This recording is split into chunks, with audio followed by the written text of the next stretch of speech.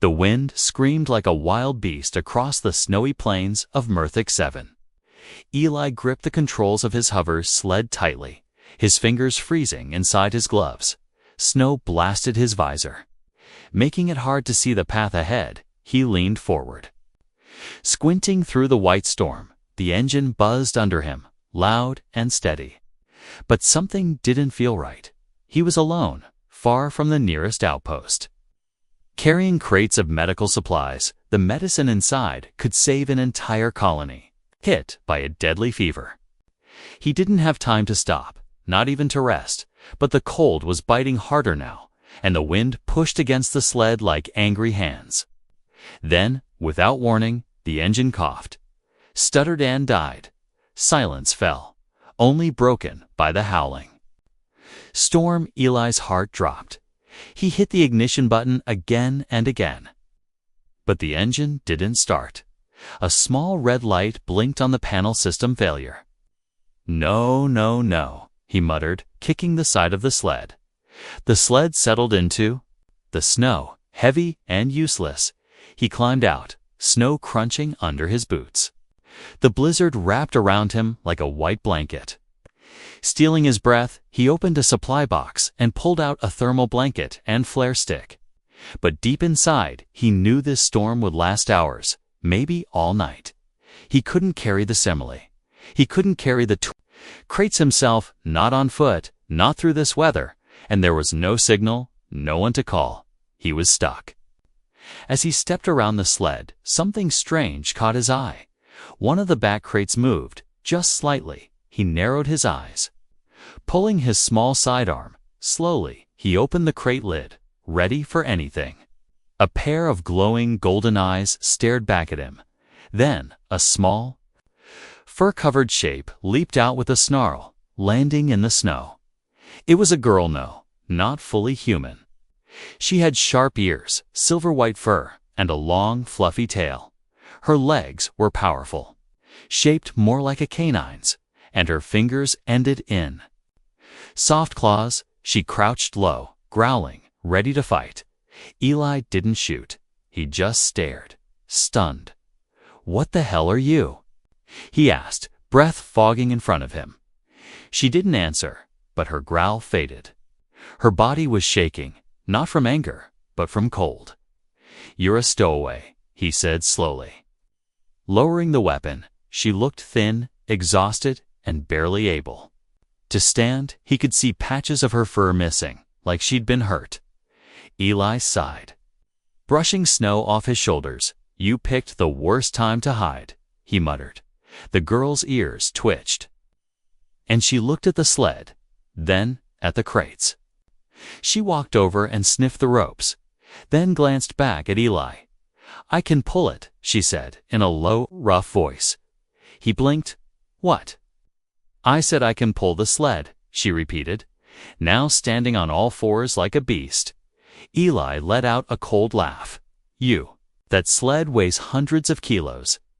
She didn't argue. She moved to the front, grabbed a harness rope in her teeth, and slowly leaned forward. Her back legs dug into the snow, strong and steady. The sled shifted an inch. Then two, Eli's eyes widened. She let go of the rope and looked back, panting. "See?" He didn't know what to say.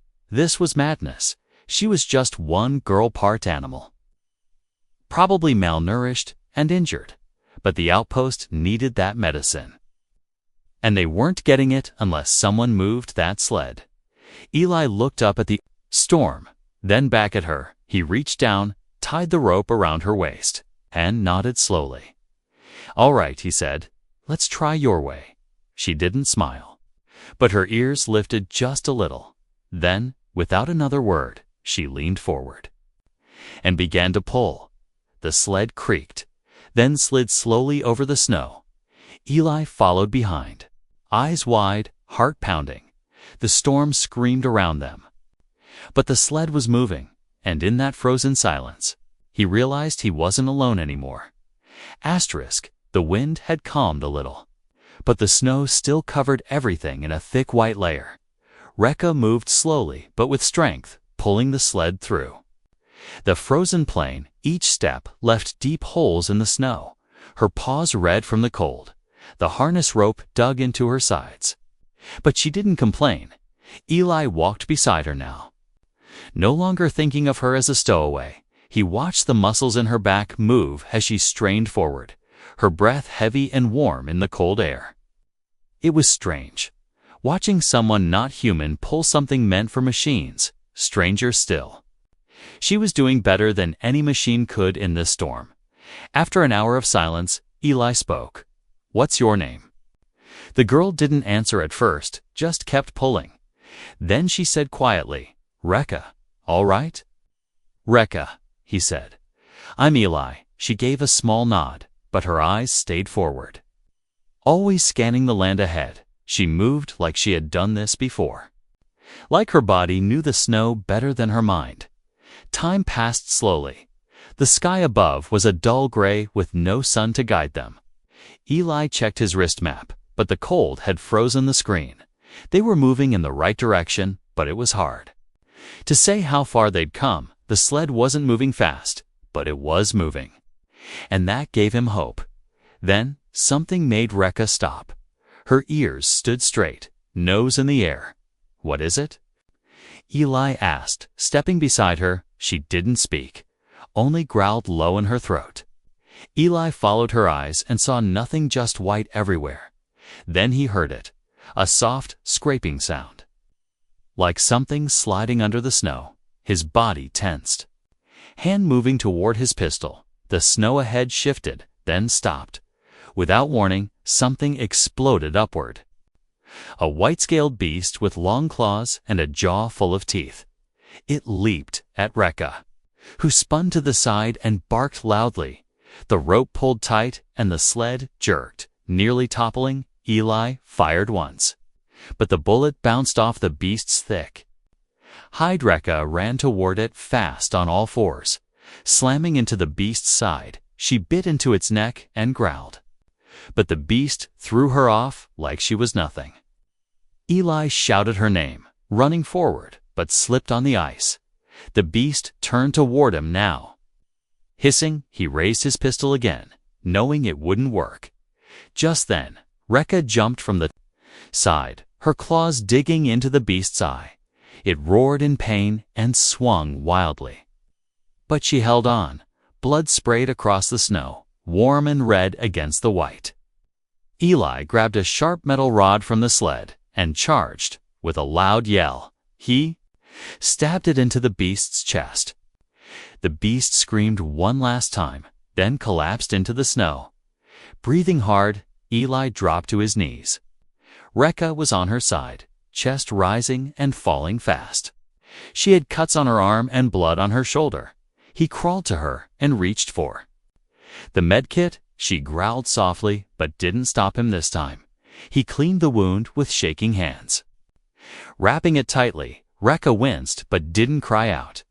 "You saved me," he said, his voice low. "You were in danger," she replied simply. He looked at her, snow melting on his cheeks. "You didn't have to." She didn't answer right away, then said, "You didn't throw me away." "Even when I was hiding," Eli nodded slowly. "Yeah, well, now we're stuck with each other." Her lips twitched like a half smile. They rested for a while. Sitting beside the broken beast, the sky darkened again, and the wind returned. Rekka stood up slowly, blood still staining her fur, without a word. She picked up the rope and placed it over her shoulders. Eli tried to stop her, but she looked at him with quiet strength. "If we stop now," she said, "they die." Eli looked at the sled, at the crates of medicine, and then back at her. He nodded, walking beside her again, and through the cold silence, the two figures moved forward. One pulling, one watching, together, step by step, into the storm ahead. The storm faded into a soft snowfall as they crossed a frozen river. The ice groaned beneath the sled, but Rekka didn't pause. Her legs were shaking. But her grip on the rope never loosened. Eli walked with his head down, his scarf frozen at the edges. He didn't speak, because words didn't feel useful anymore. They had walked for hours, maybe more. There was no sun in the sky, no way to know how much time had passed. Only the ache in their bones told them it had been too long. Eli's feet were numb, and Rekka's fur was clumped with ice. Still, she moved forward like a creature driven by something deeper than willpower. When they spotted the broken hut in the distance, it looked like a dream, a pile of metal and stone buried under snow. Half sunk into the ground, Rekka pointed toward it with her nose. Not breaking stride, Eli helped push the sled closer, both of them stumbling from exhaustion. Inside, the hut was dark, but the walls blocked the wind. Eli lit a small emergency fire using gel from his pack. The blue flame crackled quietly in the corner. Rekka curled near it without a word, her body trembling. Eli removed his coat and placed it over her. She didn't protest this time. He sat across from her, watching the flickering light dance in her golden eyes. Her face was sharp, almost wild, but soft too. Her ears twitched as she listened to every sound outside the hut. Eli felt awkward, like he was sitting next to a wild animal that trusted him just enough to stay still. After a long silence, he finally asked, "Why were you in the crate?" Rika opened her eyes slowly, her voice quiet.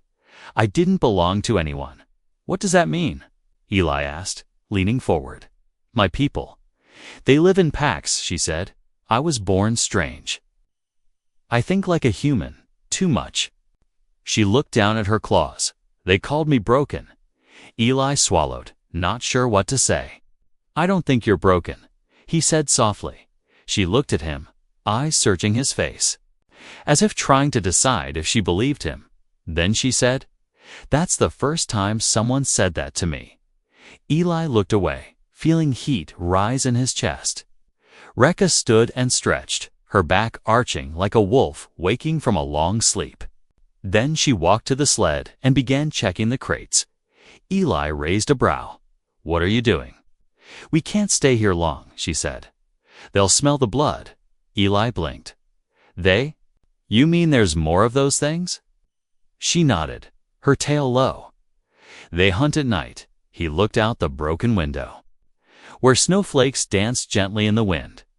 Everything looked peaceful, but it was a lie. "Then we leave before dark," he said, standing up slowly. His legs felt like ice blocks, but he clenched his fists and forced them to move. He walked to the sled, grabbed the side rope, and pulled with her. She looked at him, surprised. "You're helping now?" Eli grinned tiredly. "I figured I'd carry my own weight for once."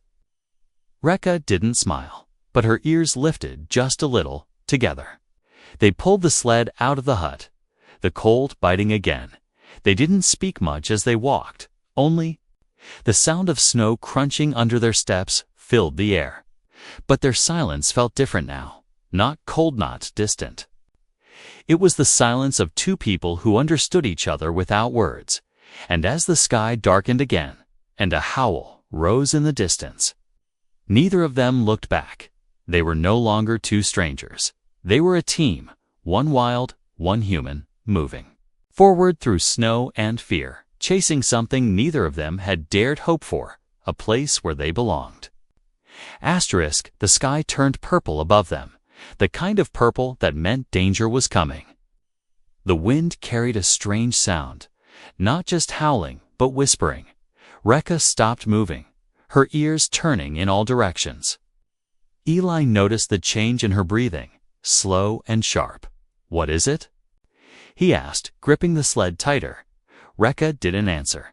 She just stared at the path ahead. The snow had stopped falling, but the world had become too quiet, too still. Then Eli saw them. At first, just shadows at the edge of his vision. Moving between trees with impossible speed, he reached for his pistol, but Rekka growled low. "Run," she said, her voice sharp and urgent. "But the sled, leave it." She snapped, eyes wide with warning. "We won't outrun them." Pulling that weight, Eli hesitated only for a second, then turned and ran. Rekka stayed behind him, pushing him forward even as she ran on all fours. Snow burst up behind them as something large leaped from the trees. Eli didn't look back, but he could feel it close, heavy, breathing.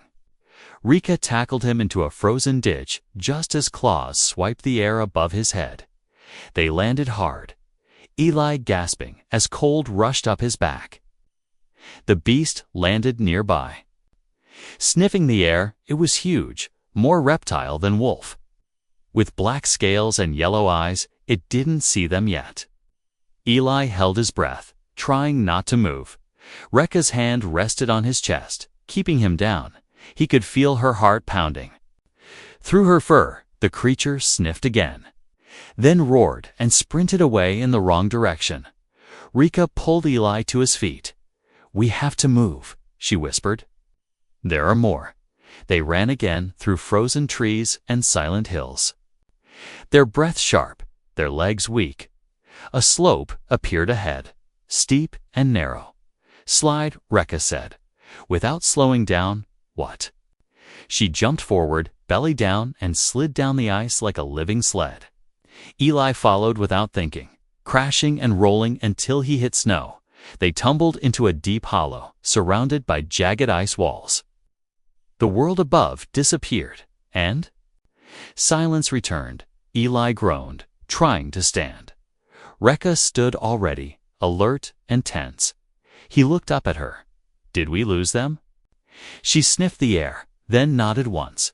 For now, they were trapped in the hollow. A bowl of frozen rock and ice, too steep to climb back up. Rekka paced in circles, trying to find a path. Eli leaned against the icy wall. Every breath like fire in his lungs. They had left the sled, the medicine, everything behind. Guilt hit him like a punch in the chest. "I messed up," he muttered. Rekka stopped pacing. "You're alive," she said. "That's not a mistake." He looked at her, tired and angry. "You don't get it. That medicine could save hundreds." She crouched beside him, calm. "You can't save anyone if you're dead." For a while, they just sat there, listening to the wind howl above. Then Rekka's ears twitched again. Eli noticed Tuan echo. A hum. He stood quickly, eyes scanning the ice. A faint green glow was coming through the cracks in one of the walls. "What's that?" he asked. Rekka walked toward it and pressed her hand against the ice. "It's hollow," she said. "There's something behind it." Without waiting, she began clawing at the ice. Eli joined her, using a sharp rock to dig.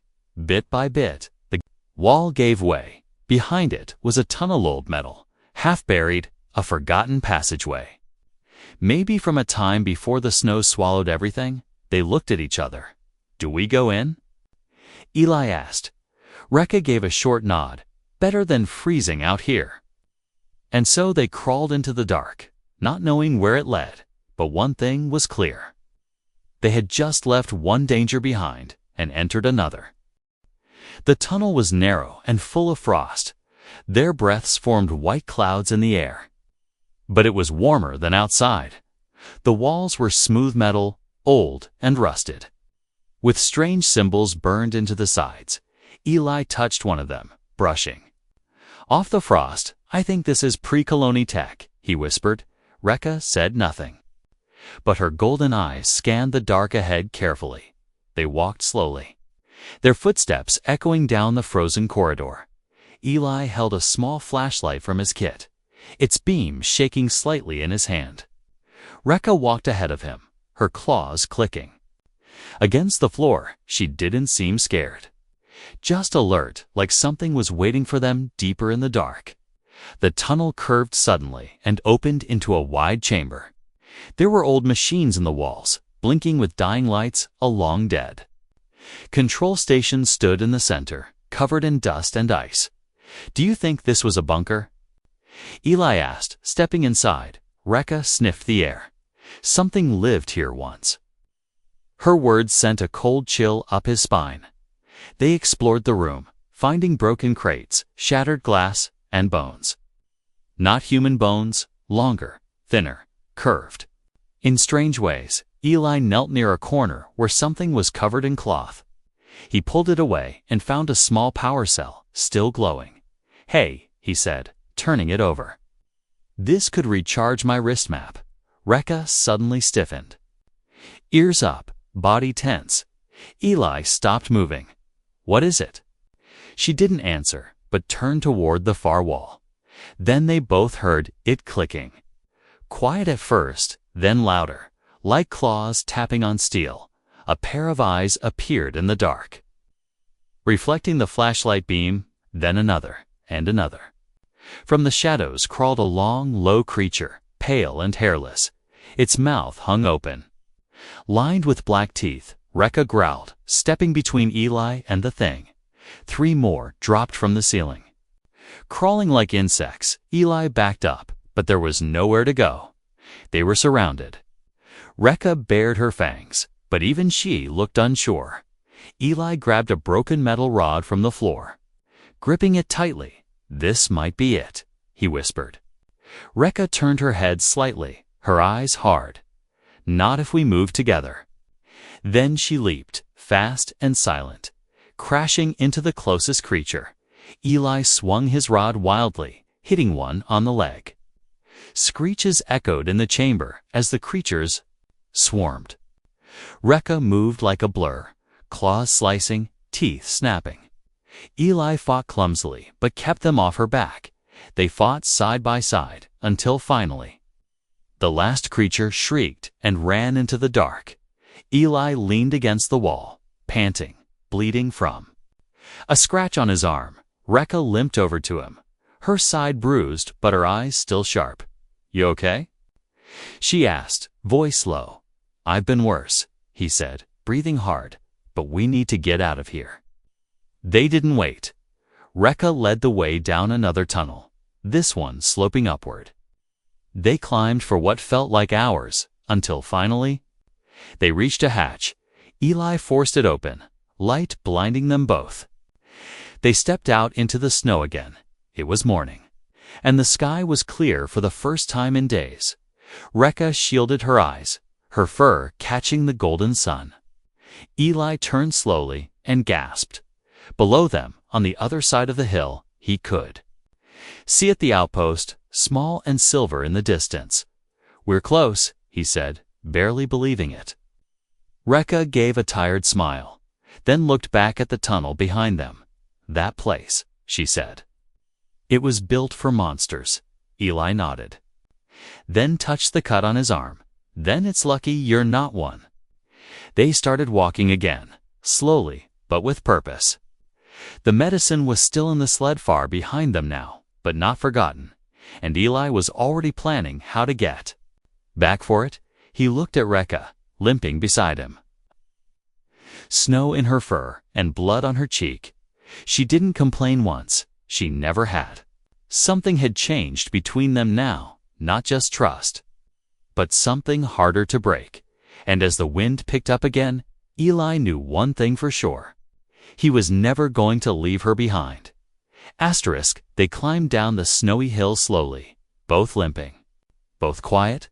The outpost stood ahead like a silver dream, solid walls, watchtowers, smoke rising from warm fires. It felt close, yet far. Eli glanced at Rekka, her paws leaving small spots of red behind them in the snow. He said nothing, but she knew he noticed. "We need the sled," she said softly, her breath sharp in the air. Eli nodded, but his eyes narrowed. "It's too far to go back alone." He said, "You're hurt. I can still move." She answered, steady but faint. Eli stopped walking, then slowly turned. Looking at the path they came from, the medicine was still back there, crates packed with vials meant to save lives. He looked back at the outpost, again so close, safety calling him, but his feet didn't move forward. "We can't go in with nothing," he whispered, more to himself than to her. Rekka's ears lowered, her eyes hard but calm. "I'll go," she said. "You go to the outpost, get help." "No." Eli said quickly. "No, I'm not leaving you again." She opened her mouth to argue, but then paused, a small noise in the air caught her attention. Not a beast, not a storm wheels. Eli turned just in time to see a small scout rover climbing the far hill. It was headed toward them, fast. Moments later, the rover stopped beside them. 2 armed guards jumped out, blinking at the sight of Rekka. Their hands moved toward their weapons. But Eli stepped in front of her. "She saved my life," he said firmly, "and yours too. If you care about what's in those crates." The guards hesitated, staring at the strange, bleeding creature with snow stuck in her fur. A third figure climbed out of the rover woman in a long coat with a medical insignia on her arm. "I'm Dr. Venn," she said. "Are you the transport pilot?" Eli nodded. "Crates are still out there, maybe 8 kilometers northeast, near the frozen ridge. Why didn't you bring them in?" she asked sharply. Eli stepped aside, motioning toward Rekka.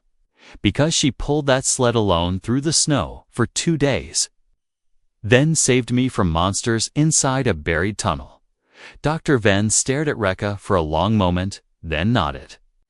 "Load them into the rover," she told the guards, "and get medics ready." As they climbed inside, Rekka rested her head on Eli's shoulder.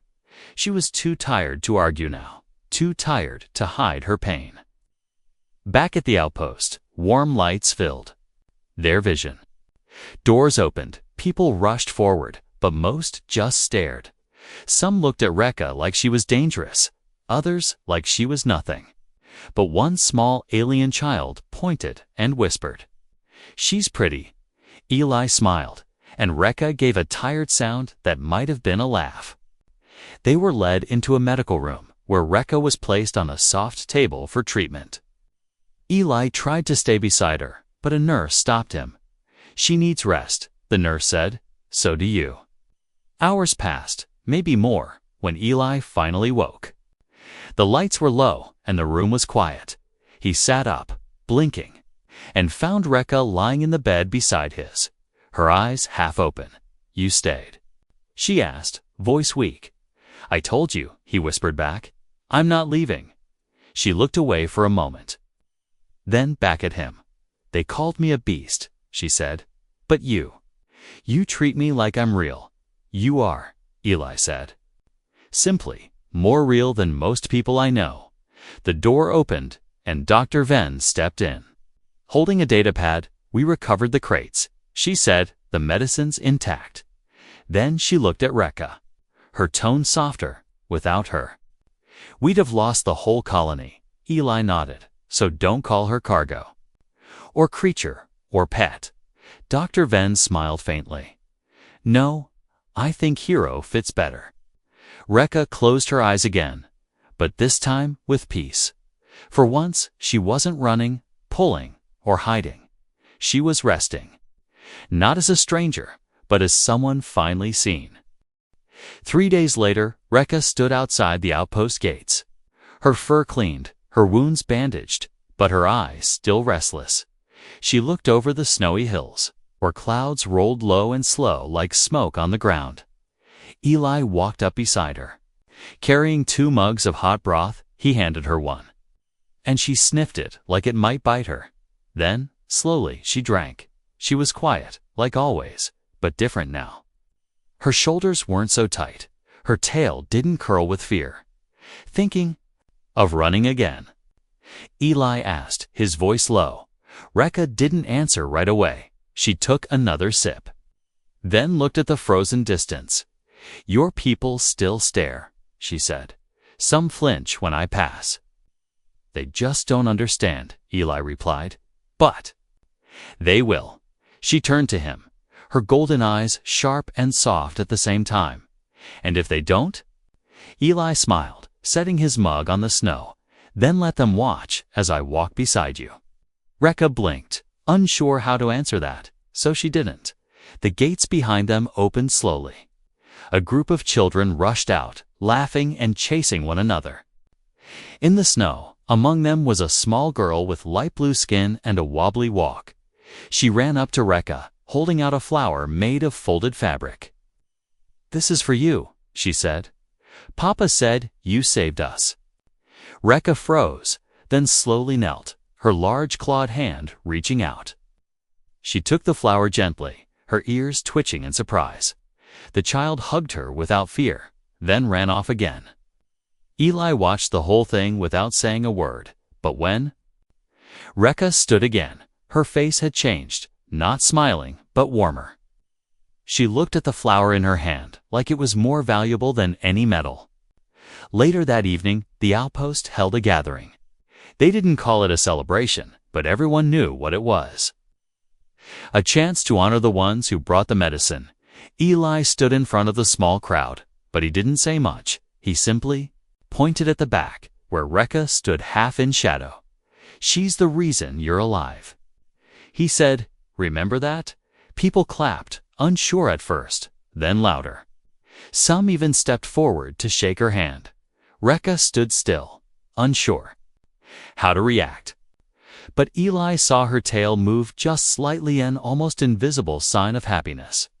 As the crowd faded and the stars returned overhead, Rekka and Eli sat on the edge of the wall. They shared another cup of broth, watching snow fall in soft spirals. "I don't know what comes next," Rekka said quietly. Eli leaned back against the wall. "Well," he said, "I've got an old cargo sled to rebuild, a few bolts to replace, and maybe some upgrades to add." He looked at her, grinning. "You up for another trip?" She tilted her head, pretending to think. "If it breaks down again," she said. "I'm not pulling it," Eli laughed. "Deal." The night was quiet, the wind gentle for once. Two figures sat side by side, not as pilot and beast, not as stowaway and survivor, but as something else, something stronger. And as morning returned to Murthek 7, the story of the girl who pulled the sled on all fours began to spread. Some called her a savage, others called her a myth, but Eli just called her partner.